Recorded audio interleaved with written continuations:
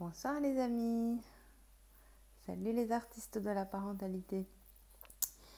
Bon ben voilà, nous voilà rentrés à la maison au bout de 3 semaines de périple à travers l'Allemagne, l'Autriche, la Slovaquie, puis l'Italie, puis un peu de République tchèque, et puis retour en Slovaquie, repassage en Allemagne, et nous voilà de retour.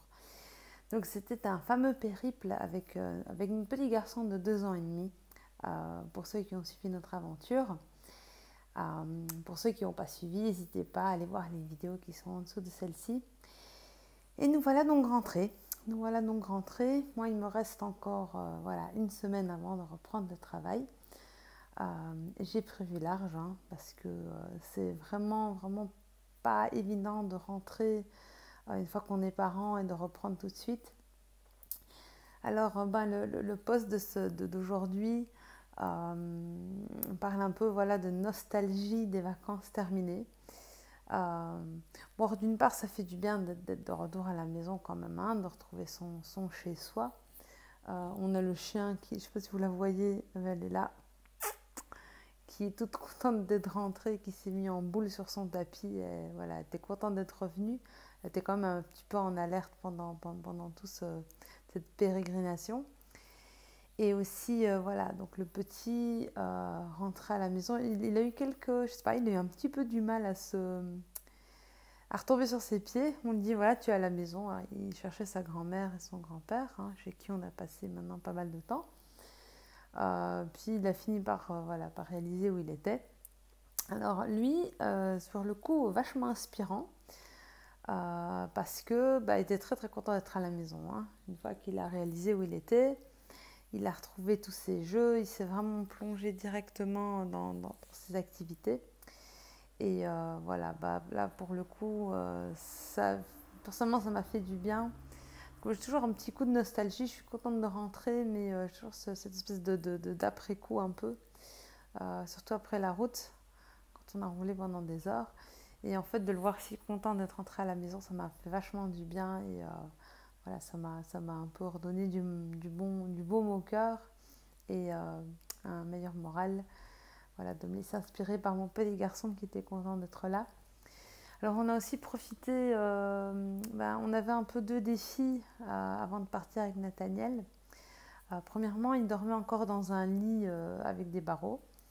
Contrairement à beaucoup d'enfants, il ne cherchait pas du tout à s'en échapper. Il était très content d'être là. Mais bon, il commençait à devenir un petit peu petit.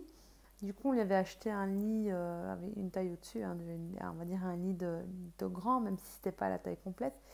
Il ne voulait pas dormir dans le lit de grand. Et donc maintenant, pendant le voyage, on a profité de le laisser dormir dans des lits de grand, avec une barrière de voyage que vous pouvez acheter, qui s'ajuste sur n'importe quel lit. Si vous ne connaissez pas, c'est vachement pratique. Et beaucoup plus petit à transporter que des lits de voyage, le truc parapluie. Donc ça, c'était chouette. Et il a pris l'habitude de dormir là-dedans. Donc on a profité en arrivant. Mon mari a tout de suite enlevé le petit lit et du coup, voilà, il a retrouvé sa chambre directement avec le grand lit. Il a vu quelque chose qui n'était pas comme avant, mais voilà, comme c'est moins frais dans sa mémoire. Et voilà, il est monté dans son lit, il s'est maintenant endormi pour la première fois dans son lit de grand à la maison. Donc ça, c'était bien. Et ça s'est fait tout en douceur du coup.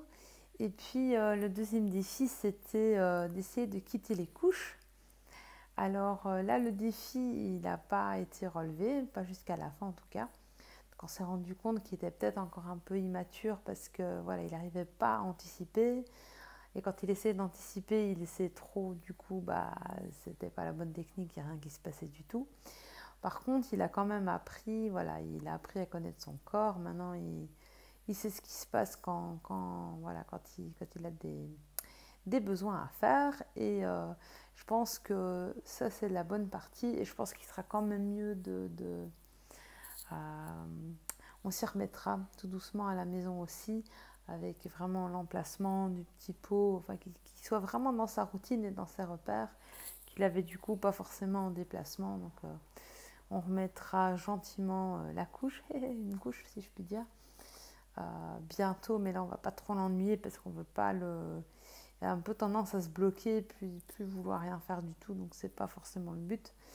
Donc on y va mollo. Ceci dit, je ne sais pas chez vous, mais ici l'été est très très chaud. Et en fait, il se sent mieux sans couche. Hein. Dès qu'on lui remet la couche, du coup, il se sent quand même que c'est pas très confortable, qu'il a trop chaud, etc. Donc on va encore voir.